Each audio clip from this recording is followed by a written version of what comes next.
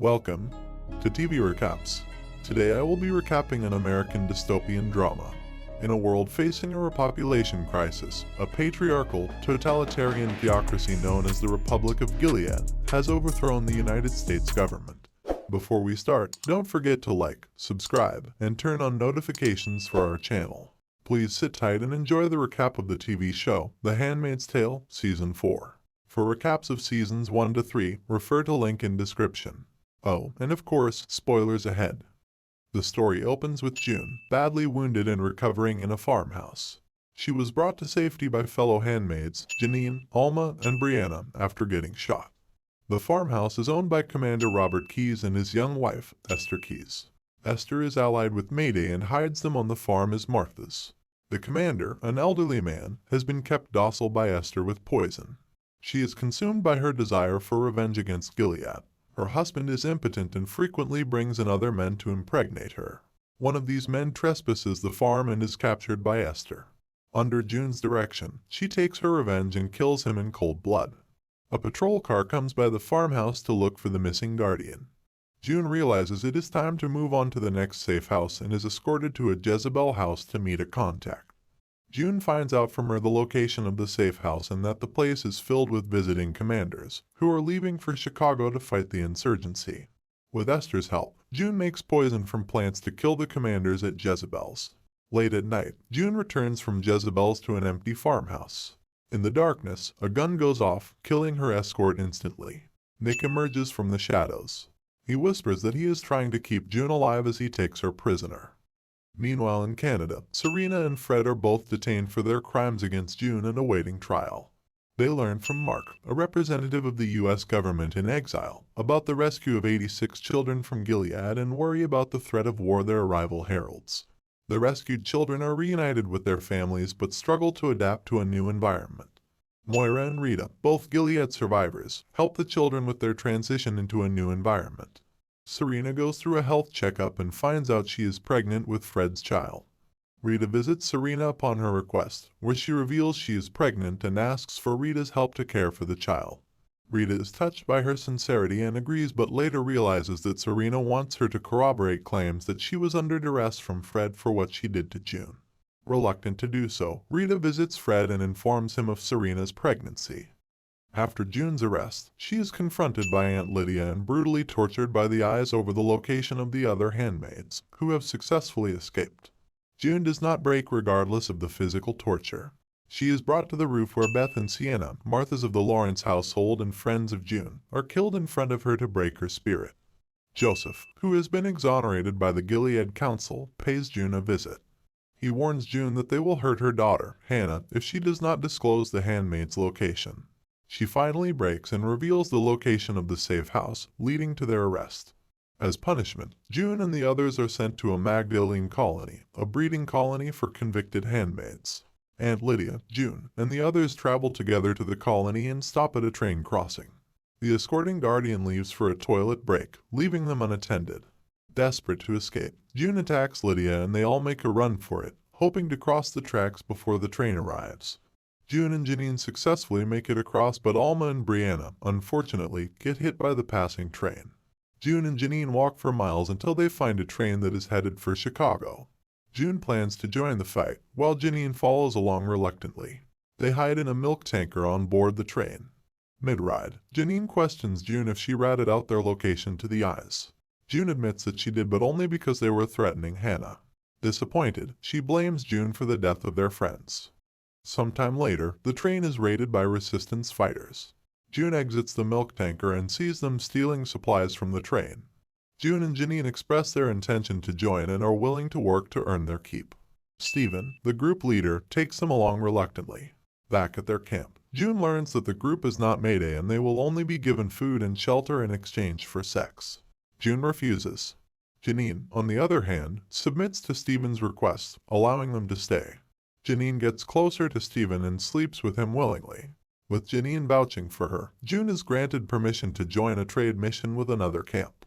June realizes that Stephen's group is too cautious in their fight against Gilead and decides to join a different rebel group. Janine leaves with June.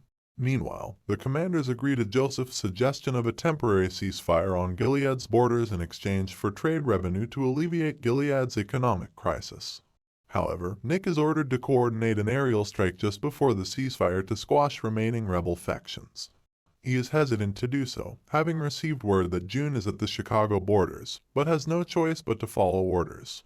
In Chicago, bombs rain down on the streets as June and Janine run for their lives. June survives the bombing, but Janine is nowhere to be found. Amidst the rubble, Moira steps through the smoke and finds a shell-shocked June. She has volunteered for a relief aid mission in Chicago. Moira's girlfriend Una, who is also team leader, cuts short the relief mission due to threats of additional bombings. Despite Una's objection, Moira secretly sneaks June on board the ship, a clear violation of terms permitted by Gilead. The ship departs, leaving behind hundreds of desperate refugees. June is wrecked with guilt for leaving Hannah and many others behind. Unbeknownst to Moira, there will be a port inspection before leaving Gileadian waters. The relief team reluctantly fabricates a false cover for June to save her from being recaptured by Gilead. Una is disappointed in Moira for jeopardizing the entire mission for one person and ends their relationship. The ship arrives in Canada in June, after 7 long years, is finally reunited with Luke, her husband. Mark arrives and June officially requests asylum in Canada. Luke and Moira take June back to their new house, where she is reunited with Nicole, her second daughter. June struggles to adjust to life outside of Gilead and experiences intense flashbacks during a grocery trip. For dinner, Emily and Rita are invited and they talk about their survival story. June learns from Rita that Serena is pregnant and gets visibly upset. After Luke has fallen asleep, June pays Serena a visit. Serena begs June for forgiveness but is met with furious condemnation. When he kills that baby inside your womb, you will feel a fraction of the pain that you caused us. Do you understand me? With June in Canada, Serena and Fred decide to put aside their differences and team up against her. Next day, June testifies against the Waterfords at the International Criminal Court. She describes the atrocities inflicted on her by the Waterfords and requests the court give Fred the maximum possible sentence for his crimes. During cross-examination, Fred interrupts and arrogantly claims that the heavy-handed policies in Gilead have led to a rising birth rate not seen in any other country. June storms out of court and proceedings come to an end. In the support group for ex-handmaids, June brings along Irene, a former aunt who is seeking Emily's forgiveness. She was the one who outed Emily's lover in Gilead, which led to her lover's death and Emily's genital mutilation. Emily refuses to forgive her and walks away. Later, Irene commits suicide out of guilt. In the next session, Emily expresses joy at Irene's demise. The other members chime in and express their own violent fantasies towards their Gilead abusers. Meanwhile in Gilead, Janine has been captured alive and placed back in the care of Aunt Lydia. Having a soft spot for Janine, Aunt Lydia does not punish her, instead embraces her. Janine returns to the Red Center as a handmaid, where she sees Esther again. She is now a handmaid in training and defiantly goes on a hunger strike. Janine encourages her to submit to Lydia's authority to avoid torture or even physical mutilation. Esther reluctantly complies. At home, June finally opens up to Luke about Hannah. Luke shows her the information he has gathered on Hannah so far. To further their search for Hannah, Luke suggests to June to set up a private meeting with Nick and bring along Nicole to appeal to his paternal instincts. They meet in a remote location, where they enjoy a brief family reunion. Nick provides June with a file on Hannah, which includes recent photographs and her location in Colorado. Fred and Serena are visited by Commander Warren Putnam and his wife Naomi. Assuming that the Waterfords will soon be jailed, Naomi offers to take care of Serena's baby, hinting that her baby belongs to Gilead, and Warren informs Fred that Gilead will not be negotiating for their release. Feeling betrayed and pressured to protect their baby, Fred strikes a deal with Mark. They will be granted immunity in exchange for top-secret information on Gilead's inner workings. When June learns of this, she rages against Mark for what she sees as a betrayal. She is outraged that Fred will be sent to Geneva for his immunity hearing and confides in Emily that she is unable to move on. She bargains with Mark for Fred to be brought to justice and arranges a meeting with Joseph. Joseph proposes a prisoner swap of 22 female resistance fighters for Fred so that he can be trialed in Gilead instead.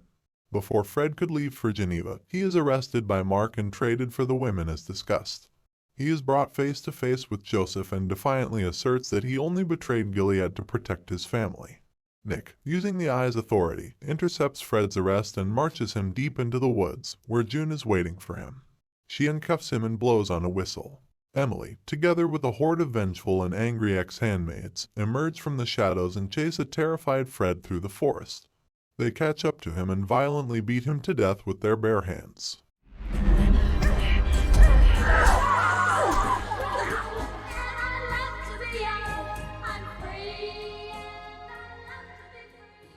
The end. Please stay tuned for the next TV recap. Comment below on what you liked or disliked about our video. Thank you for watching.